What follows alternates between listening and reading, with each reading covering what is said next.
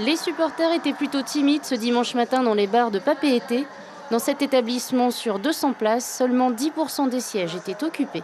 En général, dans les grands matchs, les gens sont là dès 8h30, il y a plus de monde, quoi. Je me souviens de la Coupe du Monde de l'année dernière, où là, il y avait nettement plus de monde. C'est calme pourquoi? Alors le foot féminin, le dimanche peut-être, on se qualifie, je pense que ça va peut-être reprendre et en demi, voire en quart, plus de monde. Au coup d'envoi, seules 6 personnes scrutaient les écrans, des irréductibles du football féminin qui n'ont pas hésité à se déplacer pour encourager l'équipe de France face au Brésil.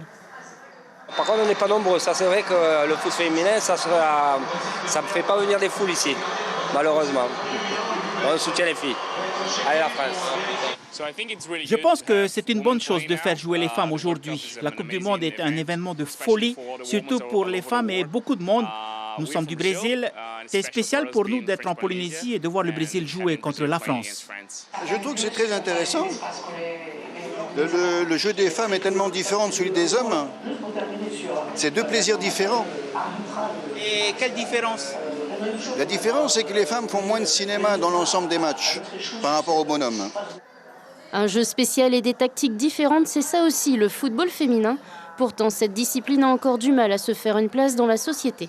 Moi, j'aime le football et les hommes et les femmes, je trouve que c'est top. Mais pourquoi vous rentrez avant l'heure alors? Parce qu'on vient nous chercher. Là, on vient nous chercher dans 20 minutes et on a un repas de famille. On va faire la bringue. La bringue que les Françaises vont aussi faire ce soir avec un score de 2-1 face aux Brésiliennes. Le rêve continue avec leur qualification en quart de finale.